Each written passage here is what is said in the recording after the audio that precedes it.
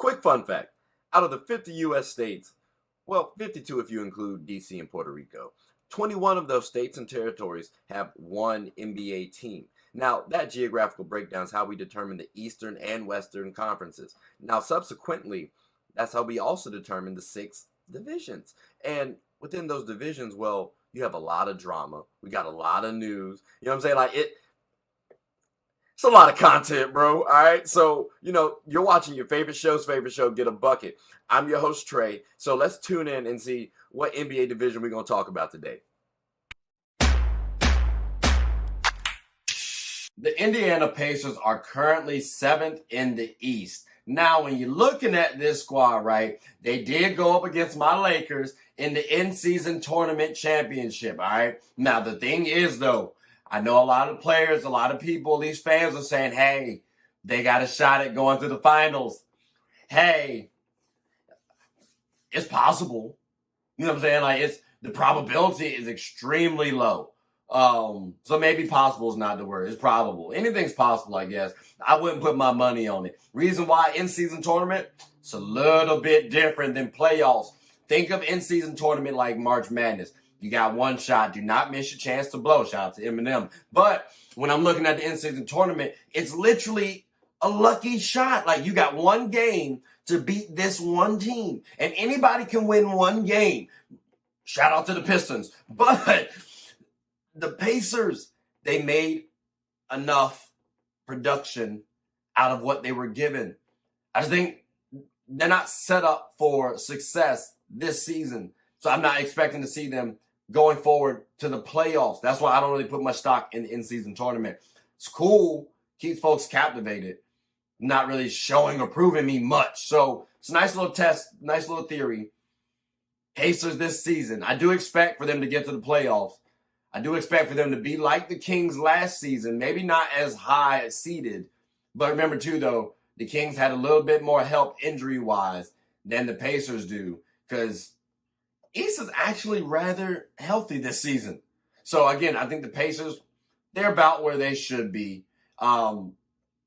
Expect them to be like a first-round exit, a tough first-round exit, though. But next season, that's really when you start putting some eyes on them and see exactly what they look like. But Pacers, no disrespect. Shout out to y'all for the in-season tournament. We did beat that tail, but I do expect y'all to be a future team, not a current team. The Detroit Pistons are dead last in the NBA. Like, record-wise, they got one more win than my Panthers do. And my Panthers are like 2 and something. You know what I mean? Like, that's terrible. And there are only like 18 games in the NFL schedule. There's 82 in the NBA. They ain't played all of them yet, but they've at least played over 25. And all they've been able to get is 3 wins. That's terrible. And to keep it honest with you, it really was 2 less than 24 hours ago, at least on this recording, because they just beat the Raptors. And mind you, the Raptors just lost to the Celtics, and it was an emotional loss. So I kind of expected the Pistons to win this game. Mind you, there are some things to point out that are good, right? Like, for example, Cade, he's coming along. I do like Ausar Thompson's almost double-double production in limited minutes. And he's not even being utilized properly also. So that's something well to point out too. Killian Hayes, he's been getting a lot of slander. Maybe not the best point guard, right? But his assist-to-turnover ratio is pretty smooth. So, like, he's giving me a 3.7 assist-to-turnover ratio. That means for every 3.7 assists, he gets 1 turnover. I like that. Because pairing them with Cade then and Ausar Thompson, that's a good look. You need to be able to cut down on turnovers. You also need to be able to score too. So, Killian, I'm looking at you to do that a little bit better on that part. But I do like some of the things that the Pistons are doing. Also, Jalen Duren, when he's playing, hey, the brother can play. He's on my fantasy team. He's been producing pretty well, and I've been impressed on the playmaking part of his game. So, for this Pistons team, yeah, look, 28 games, that's trash, all right? Y'all can never have that again, respectfully. But I think this is also a good lesson learned for this team. They're humbled now, and I think the kids are going to show, hey, it's not really us, It's the coaches. Because I got questions to the coaches. Like, why in the world is Joe Harris not playing many minutes? How come James Wiseman can't get no more tick? Same with Marvin Bagley. There's a lot of question marks I got for the Detroit Pistons. But at least they won a game. And I think they're showcasing that, you know what, their core that I was telling y'all about at the beginning of the season is intact. And they're going to be solid for the future. So Detroit, hope y'all start winning some more games, man. And start helping me out in my parlays, please. The Cleveland Cavaliers are 6th in the Eastern Conference. And I got to be honest, I'm not overly surprised they 6th. Like, I'm trying to figure out where I had them ranked at the beginning of the season, keeping a stack with you. They're not really that well constructed right now. Don't get me wrong. They got good pieces.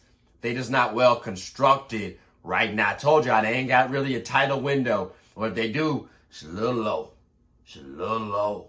But I got to wonder now, because I don't believe in Donovan Mitchell as the star to get you to the championship, to the finals, especially on this team.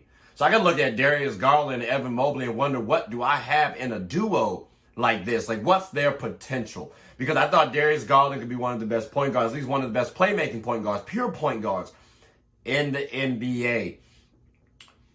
Still, I do believe that, but he's slipping a little bit for me.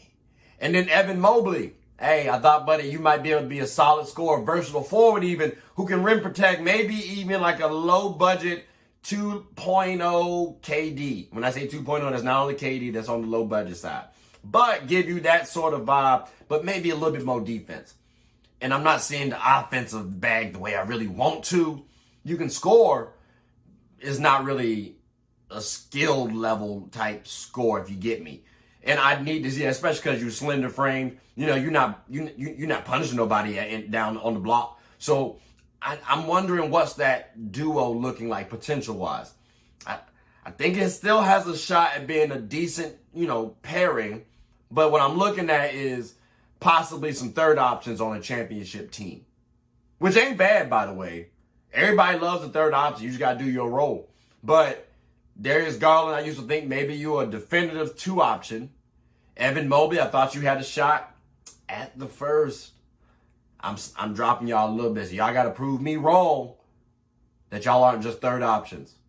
Because if y'all keep at this pace, we might have to say, daggone, maybe they 4th options. So again, Cavs, title window. But on the bright side, I don't put as much blame on Donovan Mitchell no more. He's still shaky though. But again, I clarify that also. Just as the star getting you to the championship. Good player. But supporting cast, it could be a little troublesome. Could be a little woey. So let's see what happens this year. Hopefully they're healthier too. But we'll see what happens with the Cavs. The Chicago Bulls are 10th in the Eastern Conference. Wow. I thought they needed to blow it up early on. Ain't that crazy? But the Chicago Bulls might actually get Lonzo Ball back. And you might be wondering why I'm so happy right now. That's because my team drafted him. And I've really been sad that he's been missing so much time. Messed up his knee. I'm really hoping my boy comes back. But I was wondering, you know what? Bulls fans, should you wonder if it's Lonzo Ball versus Kobe White when he returns? Because we know Zach LaVine might be gone by the time Lonzo comes back, right? But there could be a world, right? There could be a world where Lonzo Ball and Kobe White both are starting and actually, wait for it, getting a bucket for the Chicago Bulls. I remember Kobe White when he was at UNC, boo, right? Because I'm a Duke fan. But Kobe was actually hooping. Now, he did some stupid stuff from here and there, but he was a freshman at the time. Freshmen do stupid stuff. So, when I'm looking at now, Kobe White, well, he seems to be maturing as a basketball player. Lonzo Ball, well, hey, we know what Lonzo do. Defense, playmaking, and, get this, 3-point shooting. I think that can actually coexist. I think those two players can coexist on the Bulls team. So when I'm looking at Chicago Bulls, initially I was saying maybe y'all should consider rebuilding. I might be scaling that back a little bit because it all depended on Lonzo anyways. Like this team Remember when it was Lonzo, Zach LaVine, DeMar DeRozan, Nikola Vucevic, and Patrick Williams as your starting five? That could go down as one of the biggest what-if teams. Because remember, when that team was healthy, them boys were getting the bucket and then some. So I think going forward, Kobe White and Lonzo Ball, that could be a backcourt that could look decent. And we might be able to see something shake. Both of them 6'5 plus. That could work out. So Bulls fans, if everything comes out, if Lonzo comes back healthy especially, could be something to work with. You might not be, I might have been too bullish on y'all earlier. The Milwaukee Bucks are currently second in the East and third in the NBA. But my question is, well, have they done enough to keep Giannis home? Have they done enough to make sure that Giannis wants to stay long term? You might be saying, Trey, they've already signed a man for 3 seasons. I hear you. Follow me though. Dame's there for 2 seasons. So 2 more seasons. So if they don't win this season or next season, is Giannis really going to want to stay with the Milwaukee Bucks? Because that means everybody on the roster point in time is going to be 2 years older. That means everybody's production is going to slip and regress. Think about it. The perimeter defense is not what it used to be. They got rid of Drew Holiday. They got rid of Grayson Allen. Both, mind you, have been balling. Now they got to rely on Damian Lillard, who's never really been known as a defender on the perimeter end. And mind you, yeah, he bring in 25 points a game, but they need somebody to lock down on the defensive end. Wesley Matthews, you cool. You got some quality players out there to possibly help out, but I don't know if it's going to be enough defensively on the perimeter play. So I think that's one area that we might say Giannis might look at the Bucks and want to skedaddle. That might help Giannis want to skedaddle. Because again, I think that's the part that the Bucks are going to struggle with this season, especially come postseason time. But hey, we'll see if they've done enough thus far. Because right now, I still feel like they're trying to figure it out. And again, I said they are the 2 seed in the East and 3 in the NBA. That ain't bad. So I can't be too mad at them. They got a shot at winning this season and potentially next if everyone's healthy.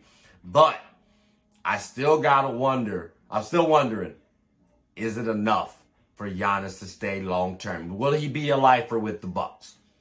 It's looking a little shaky. The Charlotte Hornets are currently 13th in the Eastern Conference.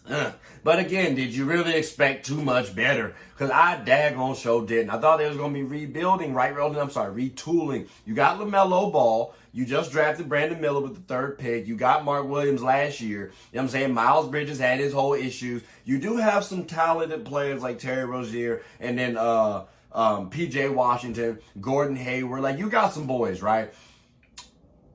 All right, cool. It's a little disorganized over there in Charlotte. And I think you got to start worrying about the future. Well, not worrying about like you're scared, but thinking about preparing for the future because you actually could turn it around. Let's talk about it, shall we? So I think outside of LaMelo Ball, obviously, you have your best young assets are Mark Williams and Brandon Miller, who you just drafted over the last 2 years. Mark Williams, I'm biased about this one, but, you know, a big man came out of Duke, so you know he come from good stock, right? And then you got Brandon Miller out of Alabama, who you just drafted, well, who's also a wing, a scoring-minded wing, who apparently is a really good athlete. Like, you can't really skimp on that. Well, when you look at Mark, you might be able to, because he's supposed to be a pretty good athlete, his daggone self, and rim protector. Which asset is going to be second up to LaMelo Ball? Is it going to be Mark Williams? Is this going to be a James Harden and Clint Capella type situation, big man and a guard type? Or is this going to be maybe a guard and a wing? Because at 6'7" and then 6'9", LaMelo and Brandon Miller, that could be a solid little combo. So I'm interested which duo is going to emerge. But I got to say, for Mark, I need to see you improve your blocks a little bit. Like, in college, I remember you doing well against Chet Holmgren, who right now is for Rookie of the Year, possible DPOY. Chet's averaging 2.7 blocks. You give him 1.1.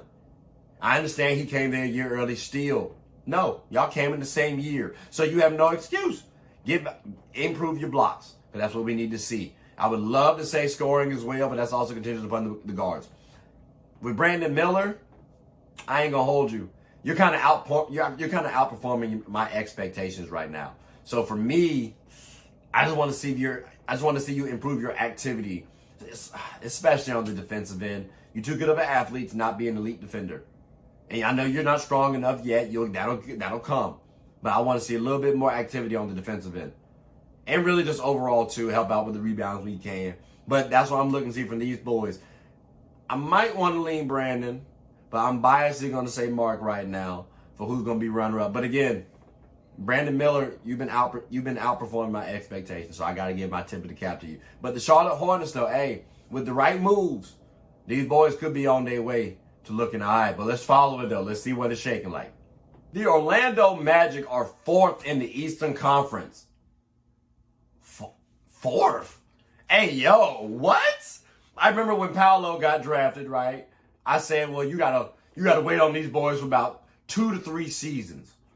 And well, we a little early. Because I said that, again, he got drafted last year, ladies and gentlemen. So, well, if we're a little early, where should we be expecting these Orlando Magic to actually fall in the playoffs? Because they're going to get to the playoffs now. I know the Jazz last year might be having y'all a little worried. No. This Magic team, they're going to get to the playoffs. They got the depth. They got the talent. I think they're good enough to get there. First round exit? It looks like it. But they've also been doing pretty well against the top tier teams. Look at the Celtics, a top team not a top. Record-wise, the top. And the Magic have been beating the Celtics. Like, it's wild. So, again, they could sneak into that second round and help some other teams out if they face a team like the Celtics, because they match up really well against them. But I'm expecting a first-round exit. Unless they go up against a team like, well, I don't know, the Cavs, the Pacers they can beat, like the 5 through 8s. That's what I'm expecting from the Magic this season. But, again, I said it when they first drafted Paolo, 2 to 3, and well, we a little year early. So maybe they mess up my predictions and go to the Eastern Conference Finals. Who knows? But again, I'm assuming first round. But let's see what happens with the Magic. They have a young, entertaining team right now. Could be a team of the future to watch out for. Yeah. And also, I'm curious to see what the lessons learned from this season will be. Because, again, a good young team, they're going to make mistakes. So I'm excited as hell to see what these boys do come playoffs and next season. The Miami Heat are currently 5th in the Eastern Conference. And, well, their big three ain't doing that bad, I got to say. Especially when you think about the injuries that have been happening. Well, they all right. They cool. They team. They looking kind of surprising, right? They got some solid, like Jaime Jaquez Jr. Hey, he might be replacing Triple J as the new Triple J, because he's been doing his thing this year and only as a rookie. That's kind of smooth. But I don't want to focus on them, the team. I want to focus on the coach, Erik Spoelstra. Is he the best coach in the NBA? Yes, you have a good team to boot. But when you put this team talent-wise compared to the other teams in the NBA, they're not the top-tier teams. But this Heat team could actually, and I want to choose my words carefully, they could actually go back to the finals this year. I don't know if I'm going to say, I don't know if I want to put down my money right here. But there's a good chance that this Heat team, if they're healthy, could sneak into the finals. Because, well, Tyler Hero, he's been producing. Bam, like I said, the trio has been producing, right? And Jimmy has not had to be Jimmy Jeffrey Jordan. But it's also the schemes that Erik Spoelstra's been doing. Like, bro has actually decided to go zone against teams like the Warriors, which, yeah, the Warriors are struggling. But a team like the Warriors should be able to eat up a zone. So clearly he's tweaking the zones for NBA talent. Shutting down Steph and Clay? That's top notch. So again, Erik Spoelstra, yeah, you have a good team. But bro, hey, you're a good scheme as well. You're a good schemer as well. So I got to tip my cap to the Heat, because from top to bottom, them boys are looking all right. And that's why I say, don't sleep on the Heat. potentially getting back to the NBA Finals this season, at least as of right now. All right, so look, the Washington Wizards are 14th in the East. Ooh. Are you really surprised, though? I mean, they stars are Kyle Kuzma and Jordan Poole, respectfully. And I'm not trying to say, oh, they're trash. Some of y'all might say that. But I'm not trying to say they trash. I just think they're young. Kyle Kuzma has been improving, actually. And Jordan Poole, despite what y'all believe, I think he's actually showing a little bit more promise and improvement than what we've been seeing, and especially if you've been following social media, right? But you got to start wondering, are these players trade-worthy or keepable? And I think you might end up trading these boys. Because Kuz, you're actually getting a lot of attention right now. People are saying that you have been taking a little bit more onus in terms of your game. You're still a little streaky, but you're still a 20-point-per-game scorer who can bring in about 6 rebounds, 4 assists. Kind of versatile. Would love to see you on the defensive end, but hey, I think a lot of teams in the NBA could use that. My only issue with you ever was your work ethic, which we highlighted last year. Seems like you might have improved that a little bit. So you maturing. That's a quality tradable asset right there, the Wizards. So again, that's someone you could actually trade if you're trying to worry about a team for the future, which I think y'all should be doing. Jordan Poole. I don't know if you can trade that brother just yet, because he still comes off as a little bit immature, which I get it. He's still young, right? But would a lot of teams want to work with that? I don't know. Again, he has talent, right? We've seen the highlights. We know he's dropped a couple 30 burgers, but again, the inconsistency is what is the eye-popping thing. So for Kyle Kuzma, if I had to trade him to some team and Jordan Poole to some team, I ain't gonna lie, I would actually like to see both go to the Heat or the Spurs. The structure, the professionalism they have for those organizations, I don't think they go outside of that realm. And that would be good for them, for their careers at least. Now, if they rebel against that, then it wouldn't be. But those are two situations where I think they both could thrive. And again, we've seen Jordan Poole in a professional situation. It might not be as fun as the Heat or the Spurs. Maybe the Heat's more so than the Spurs. But you at least got that tutelage there to help out. So if I'm the Wizards, I'm looking to see what players I can, kind of snag from those two teams if I'm looking to help out with Kyle Kuzma and Jordan Poole's development. But they also got some pieces over there too that you can flip for Jordan Poole and Kyle Kuzma, and that ain't that bad either. But that's my thoughts though. Wizards, y'all do have some tradable assets. It's really just the timing purposes. It's really just the timing of it, honestly. The Atlanta Hawks are currently 11th in the East right now. And I got to say this, bro. We got to look at who the top complementary players to Trae Young. Reason why Trae Young's the engine that keeps the train rolling. Well, he got to have a solid support, right? So when I'm looking at the players, I got to start it off with Clint Capella. Now, here's my thing. Clint, you're a top complimentary player, fella. You got to improve your blocks just a little bit for me. You give him about 1.7. I would love to see you get that into 2s. You know what I mean? There's a couple players in the NBA who are doing that. Nicholas Claxton, I think you can rival Nicholas Claxton on the defensive end. But he gave me about 2 and some change. I can't make a good enough case for you outside of history. So again, I need you to help out. Jalen Johnson, look, I like Jalen. He came from Duke. I got some issues with him personally, but I got to rock with my boys still. So, Jalen, athletic, forward, who's versatile. You can't be wrong with athletes in the NBA. And pairing that with Trae Young, too, someone who's pass happy, you're going to see a couple of alley-oops from Jalen Johnson. Not to mention he can attack. Remember, Jalen Johnson was quite a highly touted recruit in high school. So, if we can get that into the NBA, I think we good. I think it's just from a timing perspective, it's a little too young right now. But again, a top complimentary player for me, because I think the boy's giving about 14 points a game. That ain't bad, especially when he's just trying to figure it out still. We also got DeAndre Hunter, who is, a stockier forward, right? So he can guard those bigger 4s.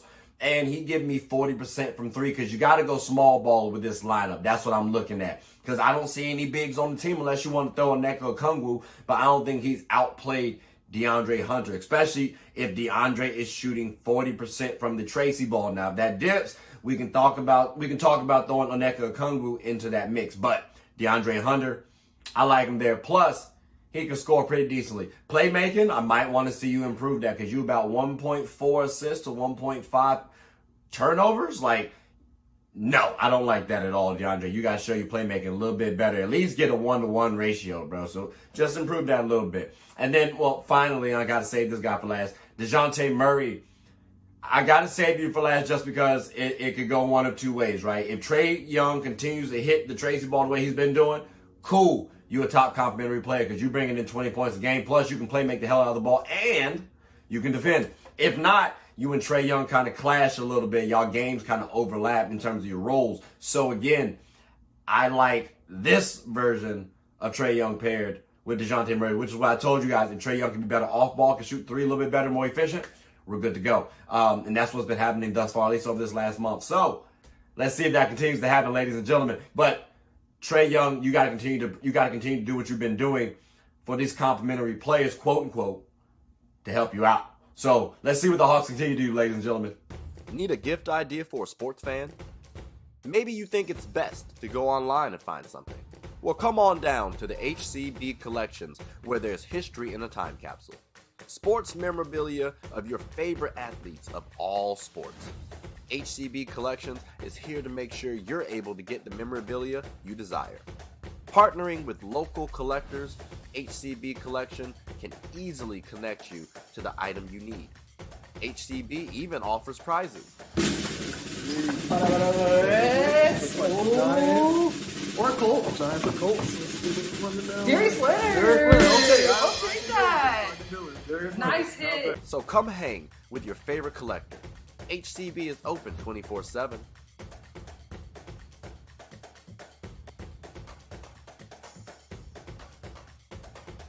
So looking for the right gift?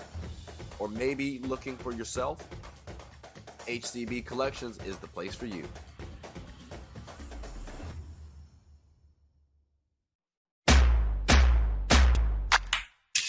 The Oklahoma City Thunder are currently second in the West and fourth in the NBA. That's crazy because before the season started, I definitely said, hey, I think last season was an anomaly. Maybe they might be a little bit premature. I don't know if they're going to get to the playoffs definitively. Maybe like the play-in officially, but possibly that sixth spot, like, you know what I'm saying, that lower tier playoff spot. You know what I'm saying? They're number 2 right now and looking quite strong.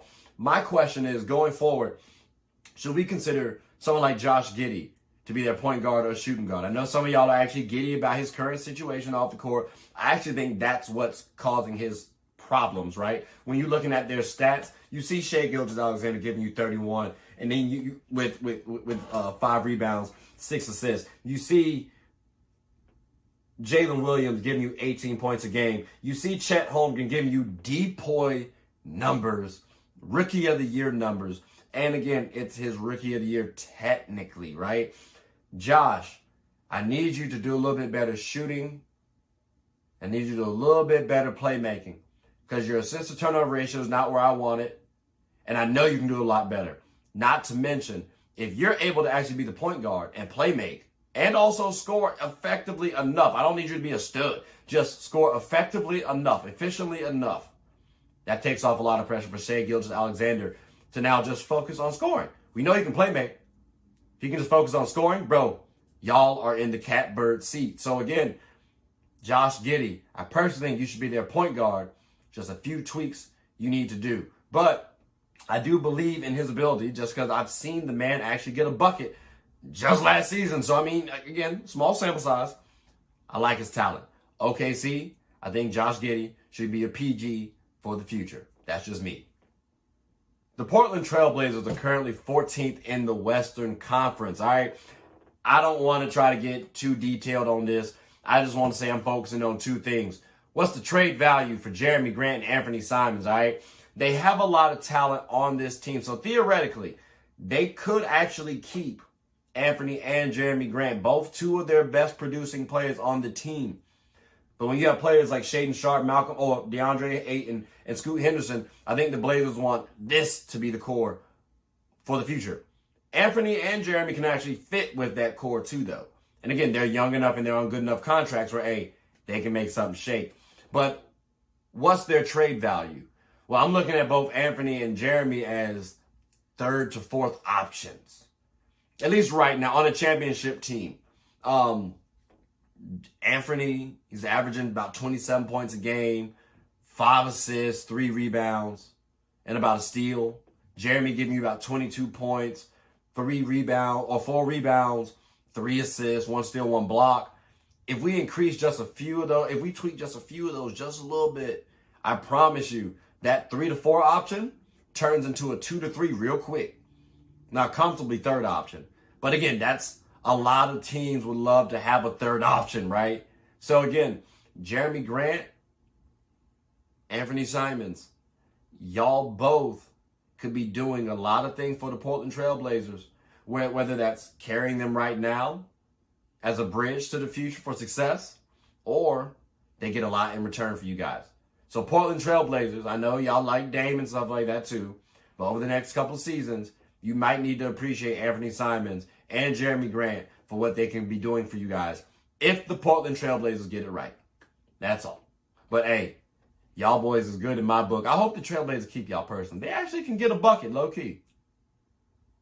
The Utah Jazz are currently 12th in the Western Conference. And that's not too far off from where I had them predicted, right? I thought they were good enough to possibly make the play-in, but I don't have them getting to the play-in. So 12th is where it is right there. Now, here's the thing. I'm focusing on Jordan Clarkson because they're looking, at least from my perspective, assets to move to prepare for the future, to start retooling for the future. Now, and I'm looking at this here team.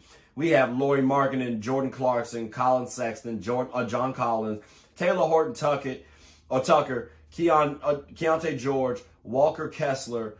Like, these are some decent players to look for in the future. Some are role players more than likely. Some will be an all-star too. But this team ain't constructed for this season. And when I'm looking at Jordan Clarkson, again, I think he can do it someone like Colin Sexton has been doing, but Colin Sexton is younger on a better contract.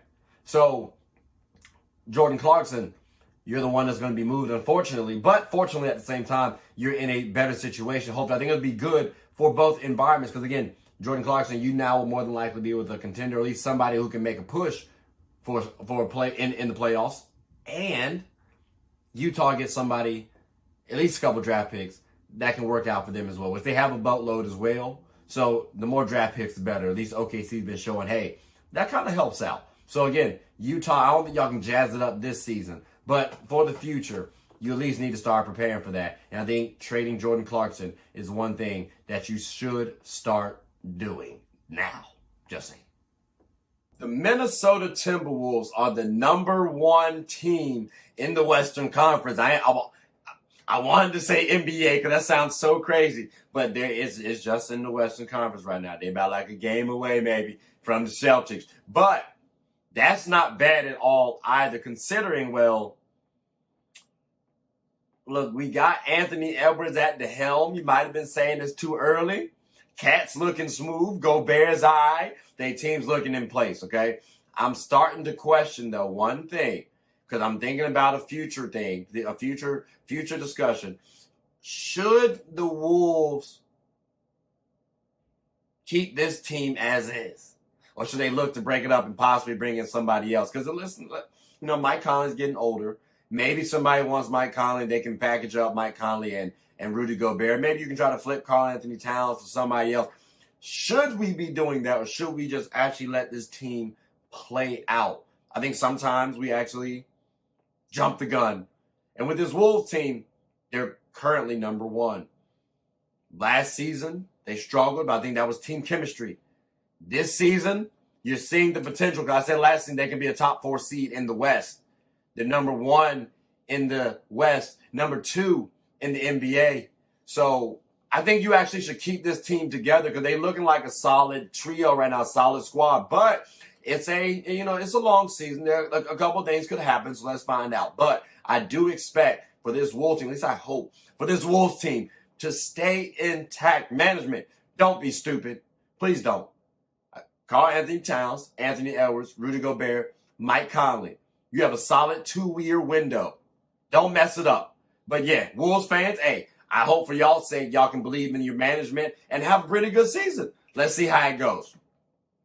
The Denver Nuggets are currently third in the West, not NBA, West, all right? So I know you might be walking about, you might be wondering why the champions could be a little low, which you might be wondering why I'm saying third is low. It's all subjective. But you might be wondering, too, are they on a championship lull? Because I don't see the depth being the same. Yeah, they got a couple players that have been doing okay, right? Like, they've been playing pretty well. Reggie Jackson, shout out to you. Christian Braun, you know what I mean? Like, you do okay. Yeah, it's looking a little tough out there in them Nugget streets. You know what I'm saying? The starters is really the bread and butter, which is, I guess, what helped win the championship last year. I just feel like it's a championship lull that they're on right now. I'm not getting the same feel as I did last season. But again, I can't be too mad at that. They're third in the West, and it's really a tie for second. So I'm going, the Wolves are ahead of them right now because they got tiebreaker. But they're not too, if they win a game, they're ahead of the Wolves right now. So it could be close to second. I ain't getting on them right now. It just feels like they're on the championship lull. So going forward, come playoffs, I am expecting them to ramp it up. And I'm curious where the Nuggets will be looking or where the Nuggets will be seated and how people will be feeling about the Nuggets. Again, it's early. It's a lot more basketball left. I am expecting that ramp up to happen a little bit later on. So let's see what happens if this championship lull is actually real or not. Just saying. I really feel like it is. Just a smidge. The San Antonio Spurs are at the bottom of the West. And it's okay, because I actually said it's okay if they're going to be at the bottom of the West. It's all right. Like, I made that prediction before, that video before the season started. Reason why. Yes, they have talent, but they're still young. So when you factor that in, Victor Wembanyama, let's take a look at the roster, shall we? Because you got Victor Wembanyama actually playing pretty daggone good at 19 points a game with 10 rebounds. And also 3.2 blocks. That's disgusting. 3 assists as well. I had to mention the blocks first. I'm sorry, ladies and gentlemen. And then 1.3 steals. After that, you got some complimentary players that I think you can work with. Devin Vassell, Keldon Johnson, Jeremy Sochan, which, mind you, people also be going at a little bit. I understand why these boys are at the bottom of the barrel. Again, they're young. They're also trying to fight an ego battle. Think about it. You've been in the league for a couple seasons, and now you got this new cat who's coming into the league and supposed to take your job. Like, this is supposed to be your team. And now you got somebody else replacing you, essentially. That's an ego bruiser right there. So that's why I say I don't want these boys to get jealous during the NBA season. Hopefully they can get some team chemistry. I actually see some team chemistry starting to form up, believe it or not, despite the win-loss column. But the Spurs have always been a future team. Not a focus on right now team. You watch for Wemby's sake, but you're not really having a lot of expectations for them this season. So again, the Spurs, I'm sorry. It's gonna be a little bit of a season to watch now. But take note of the chemistry that's going on between the players. And again, if there isn't chemistry developing, some of them boys gonna go, because again, Victor Wembanyama is the future of the Spurs. But although the win-loss column is not the best, I do at least like the direction the Spurs are going. And if they ever so much as to get bowl, I think the NBA will be in a world of trouble. But hey, Spurs, y'all doing y'all thing. Like, y'all might get back on top before long, for real. I might be a Spurs fan before you know it.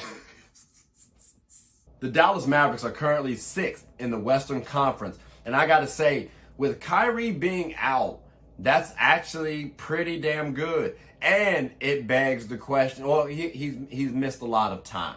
So let's say if Kyrie does come back, right, where should we expect these daggone Mavs to be? Because, well, Luka's been giving out 50 balls and 30 burgers and whatever the case may be, getting buckets and winning. He's also lost a couple times, too. Adding in someone like Kyrie, I think them boys actually might be doing some things. You could be talking about the Dallas Mavericks as contenders. And if you look at it too, it's not just Kyrie and Luka.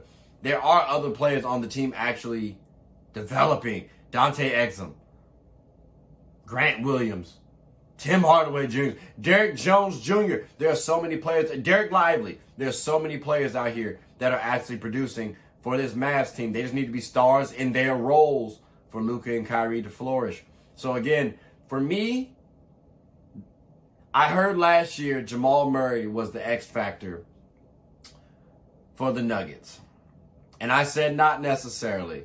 I understand, that he's the best supporting cast member for Jokic, right? And I think that's what we're looking at with Kyrie. Except I think Kyrie actually is a little bit better than Jamal Murray, believe it or not. So, we got Jokic. We got Luka playing at an MVP-ish level. We got Kyrie Irving potentially coming back and getting to that all-star level. Might need to talk about this duo as one of the better ones. Top 5. Like, maybe they can get to that contending level. Again, Mavs, y'all are starting to impress me, and I'm starting to get a little excited. But, you know what I'm saying? Y'all doing y'all thing out there on that basketball court. But it's a long season, though. So let's see what happens as the season progresses. But Mavericks are doing pretty smooth right now. I might be putting some money down on them occasionally. The New Orleans Pelicans are 7th in the Western Conference. Now, I got to say this, bro, because this is kind of surprising. I thought they'd be a little higher. I understand why they're 7th, but then again, I kind of don't. Let's talk about it. I'm looking at their stars. Zion, Brandon Ingram. These are 2 Duke products, ladies and gentlemen, so you know this hurts me deeply. I'm a Duke fan. But when I'm looking at these boys, really, let's look at the stats for the whole team, shall we? We got here, Brandon Ingram is giving me 23 points, 5 rebounds, 5 assists, you know what I'm saying, steal. Zion giving me 22, 6, and 5, a steal. That's cool. I'm expecting y'all to dominate. When I'm looking at this team, I see 5 players, all with double-digit scoring. So I understand why y'all aren't dominating and scoring, right? 22, 23 points, that's sufficient. For me, I'm looking at both of y'all defensively. I don't think y'all are active enough. Personally, Zion, I'm surprised that you just getting 6 rebounds, champ. Like, I would expect more so 8. I would hope more so 6 from Brandon Ingram. That'd be optimistic. I'm going to be cool with 5. But again, defensively and activity-wise, I need to see more out of you guys. Herbert Jones, he's averaging a block. He about y'all height. How come he came to, and he's the defensive specialist on the team. So I'm expecting him to do so. But Zion, he don't have the physical tool sets than you do. Like, he can't jump the same way you can. So how come he getting the block and you can't? Ingram, I thought you were about 6'6", 6'7", lanky. You can't block either? Come on, fellas. As the stars and leaders of this team, I'm expecting you guys to do those things. That's going to help fuel the team even more so. Imagine if y'all doing that. Imagine if they're playing a little bit more on the defensive end. This Pelicans team, they wouldn't be 7th. They'd be top 3. And I put a lot of money on that because they're that talented. This is the deepest team, arguably, in the NBA, especially for me. So I would love to see y'all boys get a little bit more active and start dominating on the defensive end. And stop messing up my parlays. Makes no sense why y'all let the Grizzlies beat y'all twice. Damn. The Houston Rockets are currently 10th in the Western Conference. Bro, I told y'all they're going to go at least to the play-in. They have a good shot. And be on the lookout, because this was a storyline of mine before the season started. So I'm happy they proving me right. And then I also said Alperen Sengun and Jalen Green will be making a little, or at least some noise for the All-Star selection. Now, that doesn't mean they're going to be All-Stars. Make some noise for All-Star selection. And while Jalen Green not really up to that par, he's making some noise. Alperen Sengun, that man might be in the All-Star games this season. But here's the thing. Some of y'all have actually, like, I saw a post about the Pokemon reference, right? To Charmander, Charmeleon, Charizard. And Alperen Sengun is Charmander, the lowest level Pokemon. And then you got Domantas Sabonis as the Charmeleon, the next level. And then Nikola Jokic as Charizard. I'm going to just say this right now. I understand where we're coming from with that. I would just like to point out, well, the boy is actually closer to Charmeleon than Charmander personally. Let's look at the difference between, well, Alperen Sengun, Nikola Jokic, and Domantas Sabonis. Because if you're looking at the scores or the box scores for the Rockets in Sengun, as y'all seeing, 21 points, 9 rebounds, 5 assists, 1 steal, 0.8 blocks. That ain't bad. Now, when I read off these lists for the stats for Sabonis and Jokic, it's a little bit different. Sabonis, 20 points, 12 rebounds, 7 assists, 0.8 blocks, 0.6 steals. 0.8 blocks, 0.8 steals, 0.6 blocks. Nikola Jokic, 26 points, 12 rebounds, 9 assists, 1.2 steals, 0.8 blocks. Don't sound too far off from Alperen Sengun, does it? So again, Nikola Jokic, it's a solid little gap. Domantas Sabonis, you're -1 points off, 3 points more, 2 assists more, -0.2 steals, and -0.2 blocks away. That's okay. Like I said, he's closer to Charmeleon than y'all are letting on to be. So again, Sengun, he might be that dude. He might be all right. And I'm happy for the Rockets because, hey, they got a good coach, they got a good supporting cast, and a possible young star. Let's see what happens with these Rockets. Will they blast off or will they falter at the end? Still a little early. The Memphis Grizzlies are currently 12th in the Western Conference. And I got to say, right now, point in time, I don't care about none of them. I'm trying to focus on Ja Morant because I can't get over this, bro. Listen, it was a stupid decision to me to come back after your 25-game suspension. And you come back, one, you messed up my parlay, right? Then two, you do a dance that looks way too similar to the whole gun incident. Like the fact, I don't want to see you do anything gun related. I don't care if you hit a 3 and go like this the way Mikal Bridges does, or do like this. Nothing like that. I don't, like nothing at all. I don't care. You're not the one to do it. The dance, I understand. You're in New Orleans. It's a New Orleans dance. I get it. Your ass can't do it. That's the thing. Shai Gilgeous-Alexander, he can do it. Jamal Murray, he can do it. Trey Wilder, he can do it. Ja Morant, And so for the fact that you did it so early tells me lessons learned where there were none. You gonna go down with the ship, which I can respect to a degree. It's just unnecessary attention. And respectfully, you could have still been the face of the league or a face of the league. And that might have to go bye-bye. Talent-wise, oh yeah, nah, you definitely could. But to me, this says immaturity. I'm questioning the business decisions. Like, I'm trying to read between the lines. Because again, brother, all you had to do was come back and not do anything gun-related. That's all. That's all. But, you know, you young, I get it.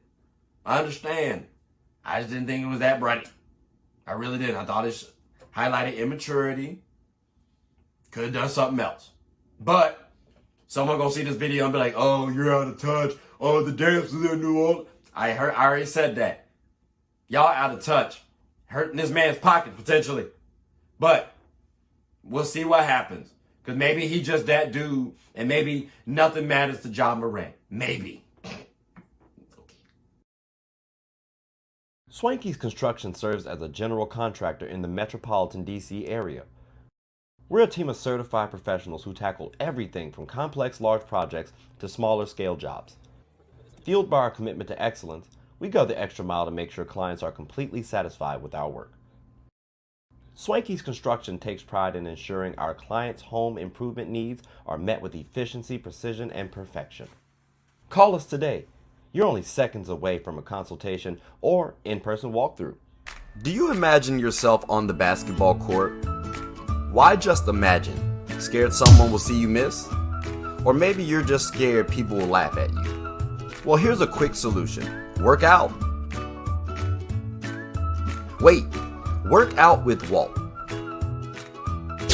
Like a magician, Walt can help make sure the people around you go from laughing to clapping if you follow his direction. There's no greater Walt than Walt. Your game will definitely improve. So remember, it's okay to miss a shot. No one makes them all. But if you focus on your mechanics, Walt can help you get a bucket.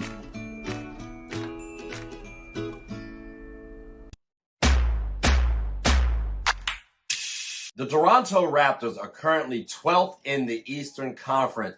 And I mean, all right, bro, I got to say first and foremost, quick little, you know what I'm saying? Like quick little soapbox point. Y'all messing up too many daggone parlays of mine, bro. Like I really think y'all too good to be sitting at the 12th spot. That's just me. But I get it. And that's why y'all might have made that trade. Because y'all got in RJ Barrett now, which don't get me wrong, it's not like RJ Barrett should take y'all over the top this season. But I can see how RJ Barrett paired with Scotty Barnes, who has been taking that next leap. Well, that could bring you something interesting. Then you got, well, Pascal Siakam. We got to talk about Pascal.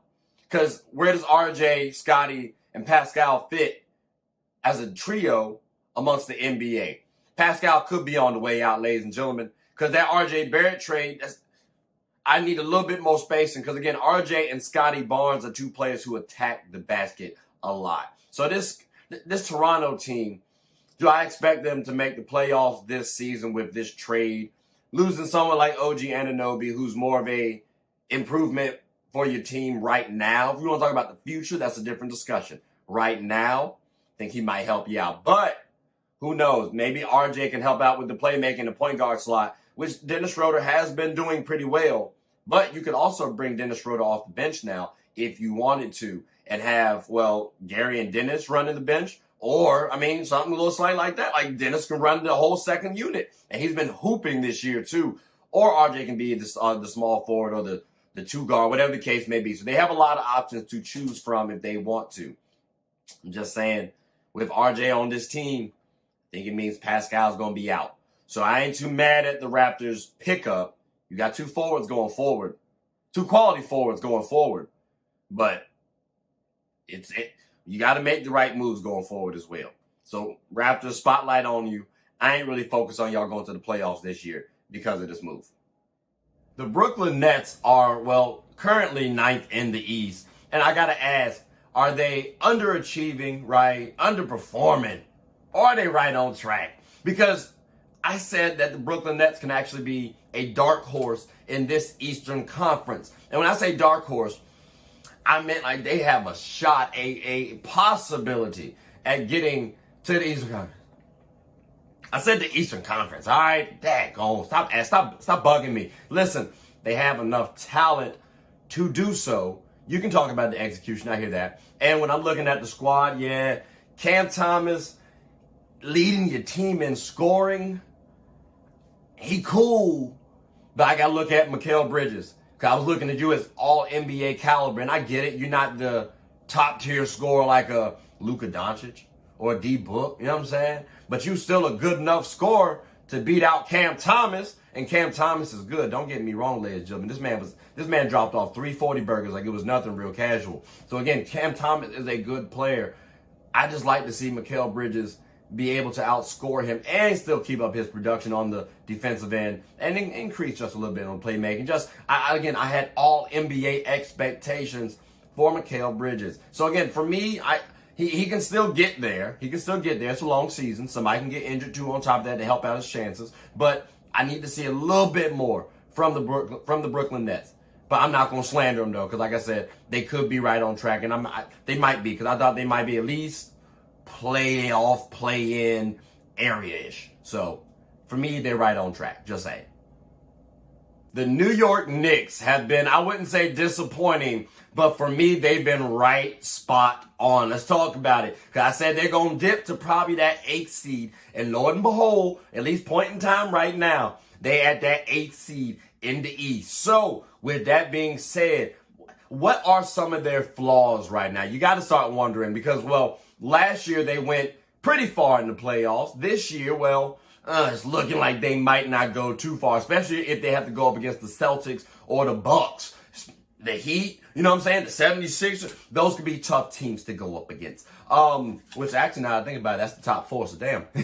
But, again, the Knicks, like I said, what's their flaws? Well, I think perimeter defense has been one of their flaws, as well as scoring. Yep, I said it, perimeter defense and scoring. They got Jalen Brunson, that's cool. They got Julius Randle, that's straight. I think interior-wise, they good enough. For me, I ain't like the perimeter defense. When I'm looking at the roster, you know, DiVincenzo's cool. Josh Hart is straight. They have not been performing at the level that I want. That's at least at the forward position defensively. That's why they ended up bringing in OG Anunoby. So with this acquisition now, I will be curious to see if the Knicks vault up a little bit more in the Eastern Conference. It's still early. We're over a little bit over 25% of the games in the season. So the Knicks do have a chance to change my prediction a little bit. But again, OG was not on that team, so I could see them sneaking in to that 5th, 6th seed. But we got to see how they all shake out. But again, Knicks, I think perimeter defense, especially at the forward spot, was y'all flaws. And y'all definitely did address that right now. Again, title window, though, could be a little low. But let's see what happens. It's a long season, right? The Philadelphia 76ers are 3rd in the Eastern Conference right now. And I got to ask, because this really is a question. What stakes would you want to put on Embiid and Maxey being the future of the Philadelphia 76ers? Reason why I ask that. Well, you got to worry still about Joel Embiid's health. You got to remember, throughout his entire career, he has been injury prone over the last couple years. This one and the last year, he's been healthy. So let's fingers crossed we stay that way. But in the off chance that he don't, Maxey, he's playing at an all-star level. Kind of dipped just a little bit. So again, 76ers fans, I'm wondering for you guys, yeah, y'all looking good right now. But going forward, thinking the future, how well is this duo going to be for y'all? Personally, I have trepidations, and I don't think it's too foolish to trade Joel Embiid right now. Again, looking at him about 30 years old, hooping his ass off. But injuries do happen, and he has been one of the faces of that program in the NBA.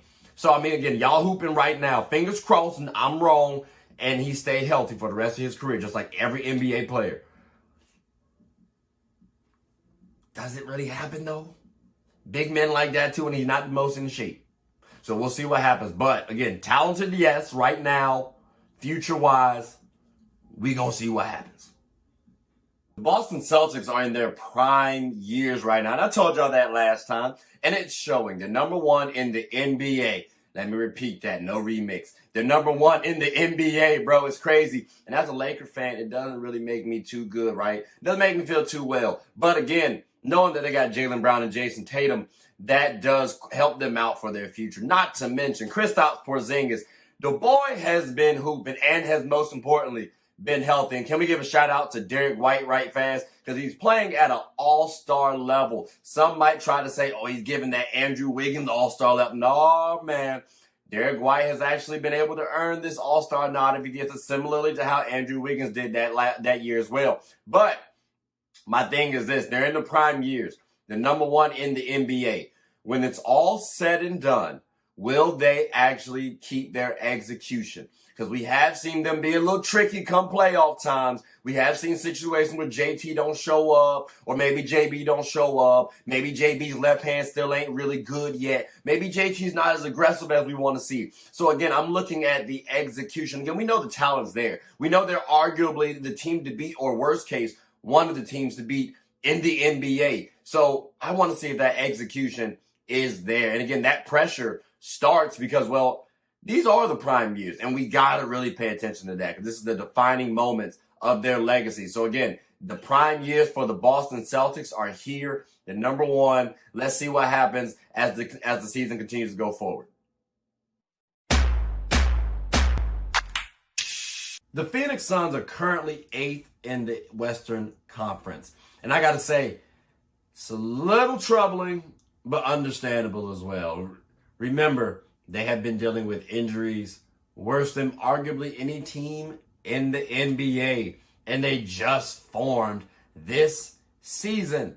So, like, for real, it's a really good experiment right now that you just got to give them some time. But what's at stake, though? I think for Kevin Durant, you got, well, his legacy.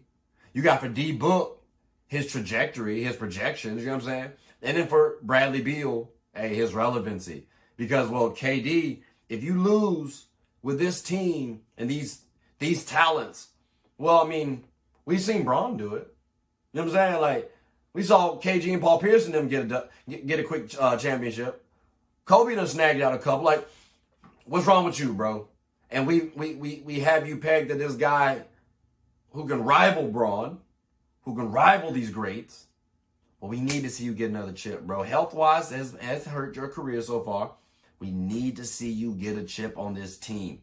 D-Book, people trying to say you was the next Kobe.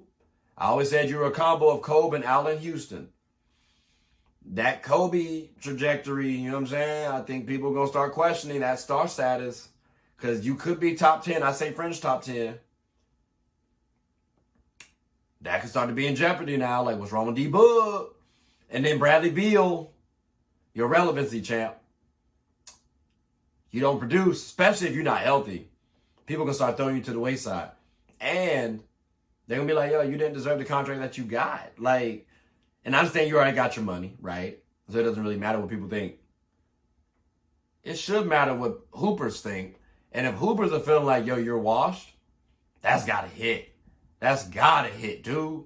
So again, those three players, I'm looking at y'all, focusing on y'all, because a lot of the blame will be pointed towards you guys, especially Kevin Durant, because, well, a lot of assets were used to acquire you. So, you know, Suns, more so y'all three, the big three. Y'all got a lot at stake. And I hope, I'm not really worried about y'all getting to the playoffs. I just hope y'all boys win, or at least get to the finals and make it competitive. Please. Or go out with a bang. That's all I ask. But deep in the playoffs still. Yet and still deep into the playoffs. The Los Angeles Clippers are currently fourth in the Western Conference. Wow. Like, I didn't think they were going to, well, don't get me wrong. Healthy, I knew they were a top-tier team. I just didn't know they was going to be healthy. So, and then you factor in the James Harden trade. Ugh, thought it could get a little tricky. But it's actually been working. Them boys have just been hooping, you know what I'm saying? Getting the bucket. James Harden, I got to tip my cap to you as of right now. You looking like you all right. But regular season, that has been your bread and butter. Got to follow you come playoffs. And that's what I've been telling y'all. Don't worry about the Clippers until playoff time. My question is, if they lose in the playoffs, should you blow it up? Now, let's take a look at this team, right? You got Kawhi Leonard, you got Paul George, James Harden, Norman Powell, Russell Westbrook, Ivica Zubac. These are some good players, but let's not forget your bread and butter is Kawhi Leonard and Paul George, who before this season, they joined in 2020, and they had 118 games that they played together. They played 48% of the games that they could have played together, ladies and gentlemen. There was a total of 246 games that they could have played, and they only played 118 together. Since 2020. So almost 4 seasons. That's kind of crazy. And not to mention, by the way, they definitely, their contracts, they end after next season. If you don't win now, do you want to invest in Kawhi Leonard and Paul George going forward? Yeah, they could be 32, 33. They've also had a lot of health woes in their past. I'd have question marks around that personally. Especially if I'm GM. Let's see what I can package up for Kawhi and PG personally. Like, let's see what trades I can get. And I'm sure a lot of teams will take their call. But, again, that is something to discuss. If they win a championship, I think it's fair to say, you know what? You got to ride it out with them. Because they brought you a chip. But if you don't win a chip, what have y'all done? No finals appearances. I think you got to a Western Conference, which was, like, it's been kind of lackluster, Clippers. Sorry. So this could be the final year that we see Kawhi and PG together on the Clippers uniform at least. Maybe they play another time. Or the Clippers pick them up. Maybe they know something I don't. They around them more, but I'm thinking Clippers should let them go. That's just me. The Los Angeles Lakers are currently 9th in the Western Conference, all right? Like, my boys is, yes, I'm saying my boys because y'all know I'm a fan. I'm hearing a lot of D'Lo slander. Y'all might say I'm biased because remember we did draft D'Lo, right? Y'all might say I'm biased. I don't believe D'Lo playing that bad. Like, you know what? Let's pull up the box scores real quick, which again, numbers don't tell the whole story. But let's just pull up a couple things for context, right? So when you pull up the Lakers box scores, for example, you're seeing obviously Anthony Davis and Bron at the helm. But then you got Austin Reeves and D'Lo right there. Interesting. And they're given similar production. In fact, when I look at it, D'Lo is leading our team in assists to turnover ratio.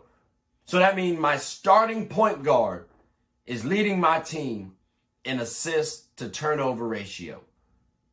I view him as a third option personally. That's honestly third option level production. Think about when Chris Bosh went to the Heat, for example. He wasn't averaging 20 all the time. No. He dropped down a little bit. But he at least led them in a category. Well, he was their, I guess, defensive presence, which they had more versatility too. Don't get me wrong. It's not a direct one-to-one mapping. I'm just saying the third option still plays effective. They don't have to give you 20 points and some change. I would love for you to give you 20 points and some change. My third option, I want you to give me 20 points. You give me 15 points, lead my team in assist turnover ratio, and respectfully, you only behind Bron in assists on my team. I'm cool with that. That tells me you're doing your job. I understand people are talking about, oh, he's shooting poorly. Let's compare D'Angelo Russell to other players on the team, right? Now, on the splits, for example, he's not doing that bad. In fact, when you look at three-point percentage, the man is actually top 4. So again, I can't be but so mad at that. Like, I can't. Why is the slander for D'Lo? I personally think our issues are more so coaching. But, you know, we'll see how it goes because I give people a little bit more time. I'm trying to at least. I'm trying to be a little lenient. So we'll see what happens. But I don't think D'Lo needs to get slandered. I think more so the coaching does. So tune in and let's see how my boy's looking. I think we're going to be all right as long as they start listening to this damn program. The Warriors are currently 11th in the Western Conference. Some of y'all might say, hey, I told you. Some of y'all might be like, oh, that's wild. I'm personally more on the side of that's wild. I understand why, right? Like the Draymond suspension. You get a couple people out here and there. Inconsistencies. People are underperforming. I think just because they're underperforming does not mean they can't ramp it up. I just need to see that ramp up now. Also, I need to see players focus. Like, y'all might think, you know what? They need to make a trade. I'm thinking they just need to focus. Again, Draymond Green, especially when he comes back, you need to be focused, especially since you're a leader of this team. Let's also take a look at the box scores, shall we? Because you got Steph Curry over here dropping 27 points. I hear that. I'm not really mad at Steph for 27 points. Would love to see 30, but 27 is cool too. Where I'm really looking at is Klay only giving me 17 points a game, and I'm rounding up. You got Andrew Wiggins over here giving me 13 points a game, and Jonathan Kuminga giving me 13 points a game. And quite frankly, both are a little lethargic. Actually, yeah, all of them are a little lethargic on the defensive end. So I would love to see more activity from them, at least 15 for Wiggins and Kuminga. No, I'm sorry. Wiggins, you should be able to actually give me 20. Klay, same thing as well. But one of y'all need to be doing 20. The other one needs to do 15. Kuminga, you need to be up there with 15 as well. And I also got to talk about Chris Paul because you know what? I was assuming and expecting Jonathan Kuminga to be performing better than this. And I was giving you a lot of the credit. So now I got to look at you and give you some of the blame as well. So again, this team, y'all need to focus because if y'all can actually make some noise come playoff time. If not, we got to wonder if you actually are going to make the damn playoffs. Tough. The Sacramento Kings are currently 5th in the Western Conference. And I got to say, I'm kind of proud of these boys. You know what I mean? 'Cause I remember last year I was kind of going to bat for them, and they proved me right.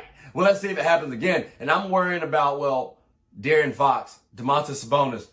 What's this duo's NBA rank? They up there now, don't get me wrong. But I'm looking at a couple players, a couple duos. And I got to see, like when I'm looking at De'Aaron Fox and Domantas Sabonis stats, they giving good production. De'Aaron Fox, 30 points, 5 rebounds, 6 assists, 2 steals, 0.4 blocks, and all these rounding up, of course. Domantas Sabonis, 20 points, 12 rebounds, 7.4 assists, a steal and a block. Like, that ain't bad at all. Good playmakers, both can score, and they have a good team. Again, NBA duo rankings. Well, let's see who they compare against. Jokic and Murray, debatable. Actually, it really is debatable. JT and JB, you can have a conversation. I would favor JT and JB. Bron and AD, I'm going Bron and AD personally. Luka and Kyrie, there's a conversation. I might favor Luka and Kyrie, but I can understand you why you say De'Aaron Fox and Domantas Sabonis. Kawhi and PG, that's a toughie, actually. You got to throw if healthy for that one. But I'm going to go Kawhi and PG if it's healthy. You got Joel Embiid and Tyrese Maxey. I ain't going to lie to you. That's actually a really good one. I might favor the Kings, too. Because I don't know if Tyrese Maxey usurps Domantas Sabonis or De'Aaron Fox. But that's another discussion for another day. And there are a lot of Jimmy and Bam. And Cat. Like, there are a lot of teams. They at least got to be top 10 for me.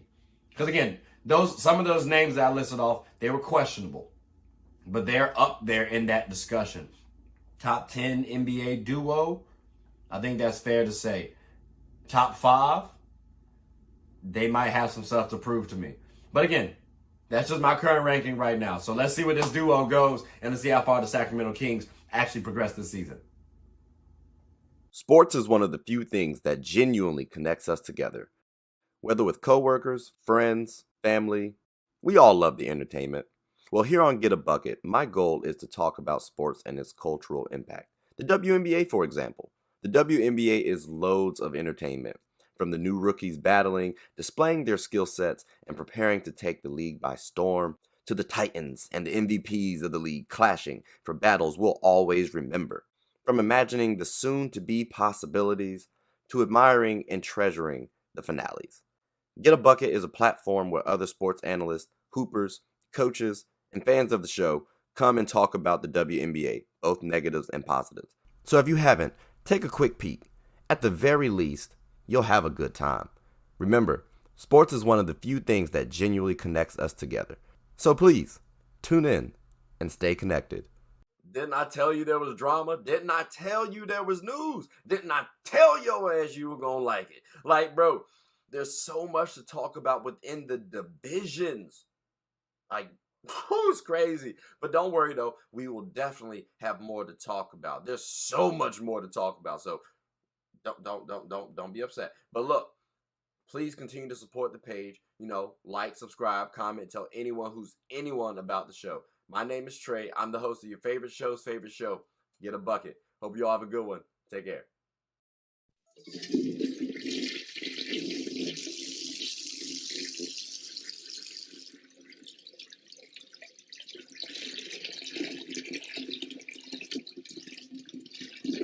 Oh, I did not know you guys were still here. As you can see, we're at the back end of the show. No pun intended, but look, hope you all enjoyed it. And before you go, please subscribe to the YouTube channel, follow the IG account, share the content to anybody who's anybody. And most importantly, leave your thoughts and comments below. But I got to go back and play Buddy in 2K, so let me unmute him real quick. Excuse me. Hey, boss, I'm back. Nah,